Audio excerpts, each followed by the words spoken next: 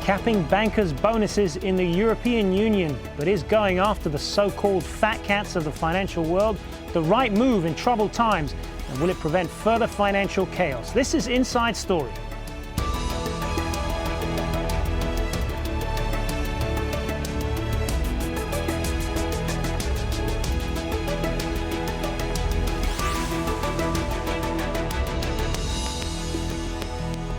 Hello and welcome to the program. I'm Hazem Sika. Well, European officials have struck a deal that could radically change the banking industry's bonus culture. Inflated bonuses have scandalized many ordinary taxpayers. It was, of course, money from taxpayers that rescued banks that were deemed too big to fail following the 2008 crash. But under new plans, bonuses paid to bankers will be capped at 1 year's salary, though shareholders will have the power to double that level. Not everyone's happy about the changes. Politicians in the UK say it will hurt the City of London, the financial centre of Europe, and their ability to retain top talent. We are absolutely clear that we must be able to implement the Vickers plan in the UK, which in some ways is tougher than regulations that are being put in place in other European countries. We want to have this proper ring fence between retail banks and investment banks, and the rules must allow that to happen. I think that is very important. The second thing is that we do have in the UK, and not every other European country has this, we have major international banks that are based in the UK but have branches and activities all over the world. And we need to make sure that regulation put in place in Brussels is flexible enough to allow those banks to continue competing and succeeding while being located in the UK. So we'll look carefully at what the outcome of the negotiations was before working out the approach we'll take at ECOFIN next week. One of the loudest criticisms of big bonuses is that it encourages bankers to take excessive risks with other people's money. But even after the global financial crash of 2008, banks continue to pour billions of dollars into bonuses. In the UK, Barclays Bank has said it has a bonus pool of around $2.7 billion. Partially state-owned Royal Bank of Scotland has a pool of just over $1 billion. In the US, officials estimated that Wall Street bankers got $20 billion in bonuses last year. That's up 8% on the year before. And that's still less than the $34.3 billion paid out 5 years ago. But critics say other forms of so-called compensation, like rising salaries, deferred payments and stock payouts, are increasing. Now, the breakthrough bonus deal is a small but controversial part of a new piece of legislation designed to force European banks to adhere to what is called Basel III. That's the latest drive by the Basel Committee on Banking Supervision to improve banking regulation. Basel III requires banks to build up capital reserves so that they're able to absorb losses in a crisis. The changes were supposed to be implemented from January of this year, but most countries, including the United States, failed to meet the deadline. Well, for more on this, I'm joined by our three guests from London: Alessio Rastani, a trader and founder of leadingtrader.com. Also from London, Birgitte Andersen, director of the Big Innovation Centre. Birgitte is an economist specialising in innovation and EU policy.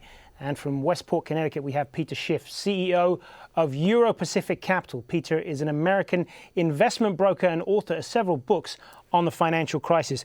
Good to have you all with us. Birgitte, if I could start with you. There's clearly still a lot of public anger out there at banks and the financial industry as a whole for their part in the crisis of 2008 and the so-called fat cats and their big bonuses. But what practical impact do you believe these measures will actually have? Well, I really think that when we're discussing elements related to caps or tax on banking business bonuses or banking bonuses, I really think we need to start with the fundamental question of what do we want the banks to do for the economy, and do we have the right incentive structures in place? And I personally believe that the huge excessive bonuses has not produced the right incentive structures to grow the economy. They have more been related to bankers looking at short-term cash over 1-2 years rather than what the banks or the economy would be looking like in 4 or 5 years.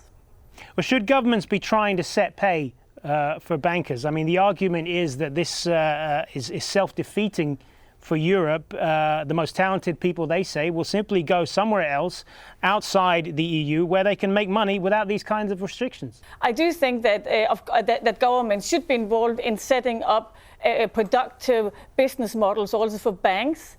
And clearly a pay structure is just one of them. Banks are very, very central agents for the whole economy. So we need to ensure that they are supporting and growing the economy. When we in the UK in 2009 and 10 had a discussion of whether we should tax banking business bonuses, and there was also the threat that some of the best bankers would leave, actually what happened in 2010, only about less than 400 UK citizen bankers actually left the UK, which is about 12%. And this is of those involved inside the of those who are involved in this kind of discussions. And basically, the whole key here is that it's banking. London is a huge headquarter for global banking, and there was no sign that there was actually a big problem that some of the bankers would leave, and they would leave anyway. We don't know why bankers are leaving. It's a dynamic global sector where we have a lot of turnover in staff. Peter Schiff, I know you're opposed to this particular move, but I want to ask you, what about this idea that these sort of very large bonuses encourage excessive risk, too much risk, I might add, with other people's money? Well, I think it's up to their shareholders, their investors, to make those decisions, not the government. This is a case where two wrongs don't make a right. I think the governments were wrong to bail out these banks in the first place. They should have let banks fail. But just because they made that mistake doesn't mean they should set a bad precedent in trying to set private sector compensation levels. Although, look, governments already do that. A lot of governments have minimum wages, so theoretically they can set a maximum wage. But I think the minimum wage is also bad. So I think you want to allow these decisions to be made in a free market. The problem was you had the governments and the central banks that created the conditions that led to all the rampant speculation. So what we really should do at the government level is stop the central banks from artificially stimulating economies and printing too much money. So we really need higher interest rates and more responsible monetary policy from the central banks, and then the private banks will take care of themselves. But let me just play devil's advocate here for a moment, if I can, Peter Schiff. What benefit, other than to the people who are getting these bonuses, obviously, what benefit do these very large bonuses have on the people who are getting them, on the economy as a whole? Are they really necessary? I mean, what evidence can you point to that big bonuses can help grow the economy? And if there isn't any, then why is it necessary? Well, the bonuses are being paid by somebody. Somebody obviously thinks they're incentivizing their employees, or they wouldn't pay these bonuses. If you object to the bonuses of a publicly traded company, then don't buy stock. I mean, these are private sector decisions. Now, I agree some of the bonuses maybe have poor incentives because they incentivize short-term performance. But that's all because of government. If governments weren't backstopping these organizations, if they weren't bailing them out, then people would be more concerned about long-term risks. But since the government is basically, providing this backstop, the government is incentivizing risk-taking in the short run. And so the bonuses reflect that. So if we remove the moral hazard, if the central banks make it clear that they're not going to bail out anybody, and if they stop force-feeding cheap money into the economy, which makes it so attractive for financial institutions to speculate, all these problems will be solved on their own. Government doesn't have to get involved. Government is the source of these problems. It's not going to solve them. Alessio Rastani, I want to get your view on this, but I want to remind our viewers, first of all, how they may have heard of you, because you did an interview, a very frank television interview that you gave about a year and a half ago, in which you essentially said that it really doesn't matter what governments do to try to fix the economy, because people will find a way, the financial markets will find a way to make money no matter what. And one of the reasons why this particular interview went viral at the time was because of some of the things that you said in it, and I'm quoting, you said, "I go to bed every night and I dream of another recession." You also said that governments don't rule the world, Goldman Sachs rules the world. How do we apply that view of the world to what you're seeing now with this move by the European Union to try to deal with bankers' bonuses? Is this another example, in your view, of powerless governments, and that people like you will just find a way to make money no matter what? Thanks, Hazem. First of all, I want to say something that nobody else is saying apparently, which is I don't actually personally have anything against bonuses. The only reason I'm in this case, against bonuses because their money is not theirs to play with. It's simple as that. There's nothing wrong if you want to give yourself a bonus. I mean, I manage people's money. I run my own fund.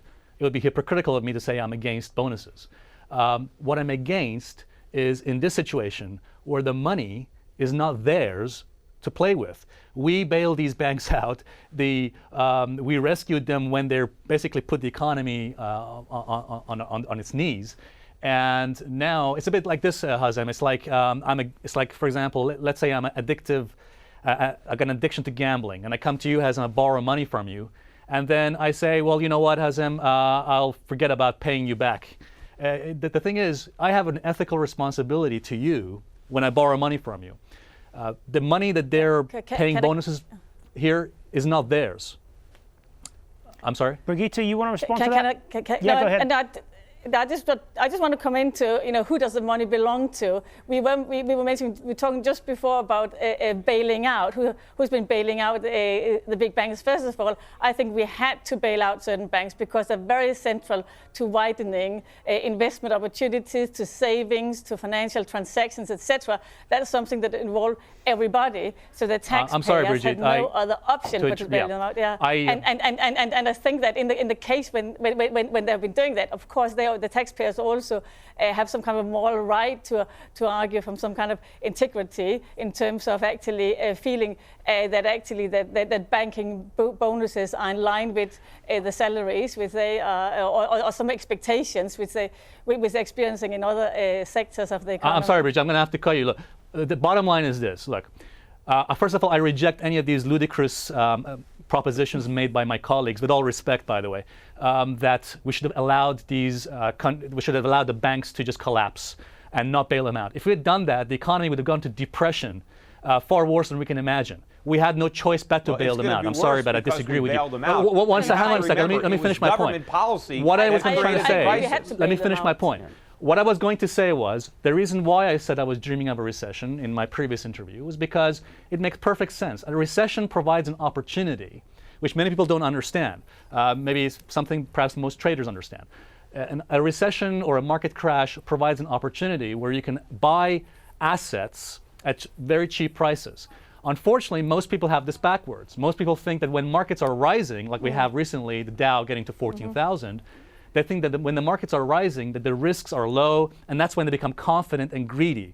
Unfortunately, it's the worst time to get into the market.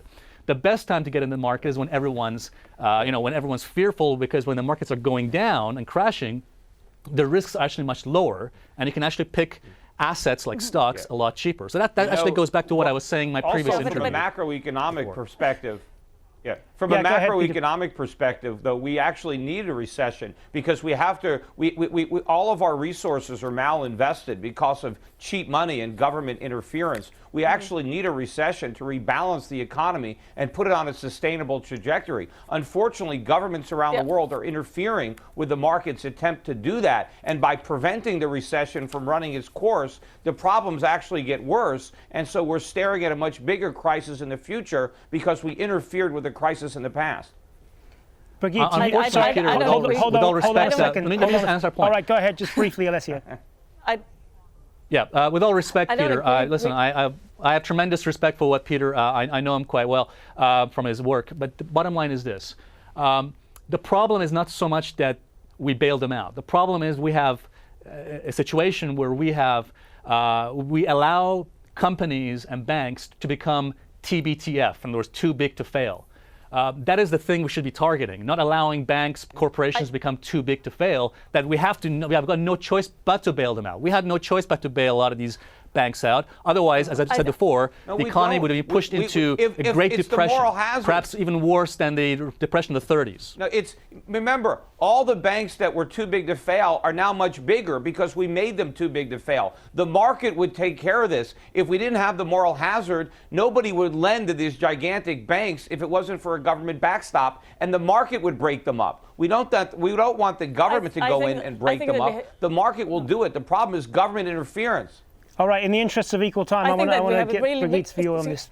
We have Yeah, we have I think a major issue here is that we need to ensure that the banks are actually investing in growing the economy, and that's one of the most important areas. And actually, if we look at what are banks actually doing with all their assets, evidence shows that only about 1% of bank assets are actually being used to invest in the fastest growing sectors of the economy, which include the digital sectors, high value manufacturing, health, life sciences, energy and green growth, and skills and research and development. Only 1% of bank assets are used to that, and less than 0.01% of bank assets are actually used to invest in small and medium-sized enterprises within these areas. So that means that if we want to get out of the recession, which we all agree on, then we really need to ensure that the banking business models are focusing on this. And at the moment, I also disagree on the view that actually the banks are so great at measuring the risk.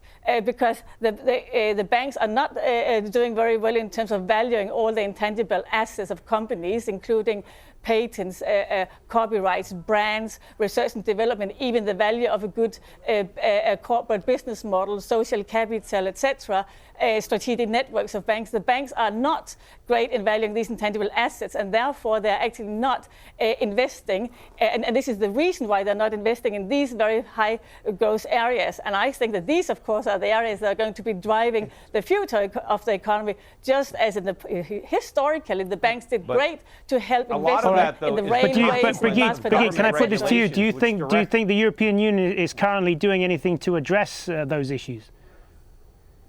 No, but I do know that there are certain banks that are thinking of this very, very progressively themselves. So actually just the debate we have here is not even taking into account how a senior management of banks are actually starting to think of it. They are not thinking about only on how they should cap or tax or not cap and tax banking bonuses. They're actually thinking of how the banks now can start to drive the growth and grow the economy. So basically, they can provide better services to the economy, to innovative companies, to the local regions. We even have a problem in the UK that small and medium-sized enterprises in the regions are complaining that the local banks can actually not help them. It's difficult to get someone from London down to help them grow a local region. So we need to think much more progressively on why we have banks, why were they set up in the first place, and do we have incentive mechanism for this? And I think that banks are starting to think much more progressively at this at the moment. All right, I want to read to you a quote now from somebody in the financial industry who, to many people, just kind of encapsulates the situation right now. New York hedge fund manager David Einhorn said, "The owners, employees, and creditors of these institutions are rewarded when they succeed, but it is all of us, the taxpayers, who are left on the hook if they fail. This is called private profits and socialized risk. Heads I win, tails you lose. It is a reverse Robin Hood system." Peter Schiff, I want to put that point to you, Jan. You were consistent in your view that you don't believe the government was right to bail out the banks in the first place, and you believe that they're wrong in this case as well. But the point that's being made here is that the system, the way many people view it right now, is rigged in favor of the financial industry, no matter what happens. Well, the system is rigged. And again, as I said earlier, two wrongs don't make a right. I agree with Mr. Einhorn. I've said that exact same thing myself, that we can't have this kind of crony capitalism, heads I win, tails you lose. But the solution isn't more government, but less government. The solution is to recognize that banks never should have been bailed out, and they shouldn't be bailed out again. And we have to recognize that it was bad monetary and fiscal policy that created the situation that put the banks in those circumstances in the first place. And your other guest is talking about the fact that banks are not making enough loans to the productive sectors of the economy, and that's right. But that's because government regulations, subsidies, and guarantees are misdirecting capital. We have to get the government completely out of banking.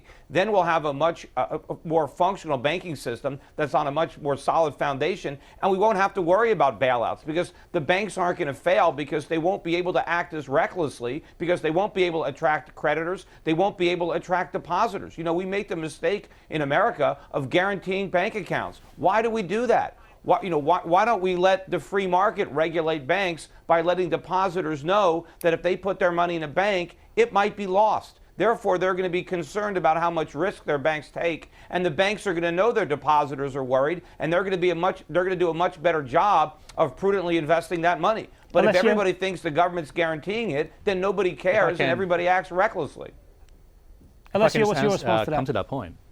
Well, the interesting thing about Peter Schiff's argument is that he seems to be, Peter, you seem to almost make a very distinct dichotomy between government and the banks.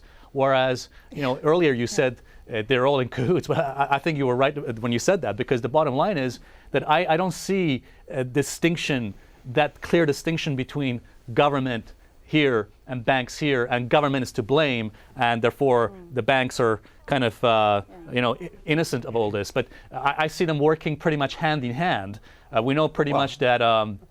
The government ex-employees of we know pretty much that ex-employees of Goldman Sachs have infiltrated the White House, from Hank Paulson to many other individuals who pretty much had a hand in that. Yes. Yeah, and I certainly agree with you that but we have to take the power away from Washington. That's the source of the problem. Brigitte, what's your view on this? No. Well, my view, of course, that we can't just have the view. I've always been surprised of the view that's based upon ideology that we need, the state has to be as small as possible, and the private sector is the only way that can, and free markets the only way that can carry growth. Clearly, we need the banks to work hand in hand with government in order to ensure that the banks' incentive schemes are set up to grow the economy. In order for them actually to be, banks are tools for investment and widening investment opportunities and grow the economy. And clearly, in that sense, government has to be working hand in hand with banks so they have the same visions and the same incentive schemes to be working under. Alessio Rastani, I mean, an early attempt was made to limit bankers' pay with the EU law forcing people in the financial industry to defer the bonus payments over up to 5 years. And that merely prompted the banks to just increase their base salaries. Isn't the same thing going to happen here? Yes, probably. That creates a loophole for them to, as I said, as bonuses are capped to 100% of the basic salary, most likely they will demand higher basic salaries, which kind of makes it pointless, really. But here's the thing. I disagree with the views coming over about that, or it's been argued by some papers as well, that competition will be stifled and bankers will move away to other countries like US or Hong Kong. I disagree with that. Here's why. I don't think it's going to make that much difference, all this bonus stuff. Here's why.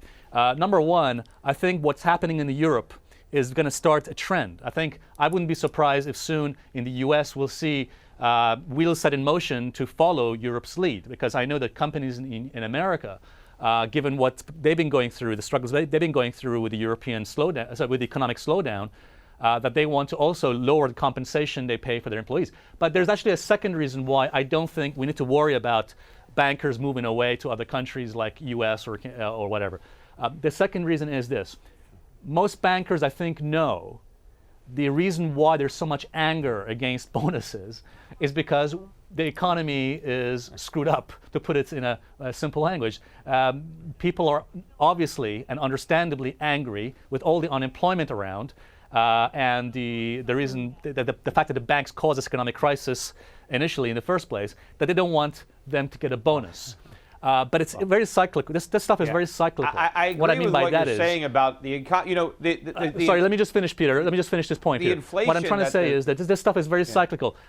Maybe in 3-4 years' time, when everybody's making money, when the economy is growing and booming, people will be more forgiving about bankers getting bonuses. But right now, people are voting with their pockets. But on that note, we are unfortunately going to have to leave it there. We are out of time. I want to thank all three of our guests for taking part: Alessio Rastani, Birgitte Andersen, Peter Schiff. Thanks very much. And thank you for joining us on this edition of Inside Story. Remember, you can send us your feedback at insidestory@aljazeera.net. Thanks again for watching. I'm Hazem Sika. Bye for now.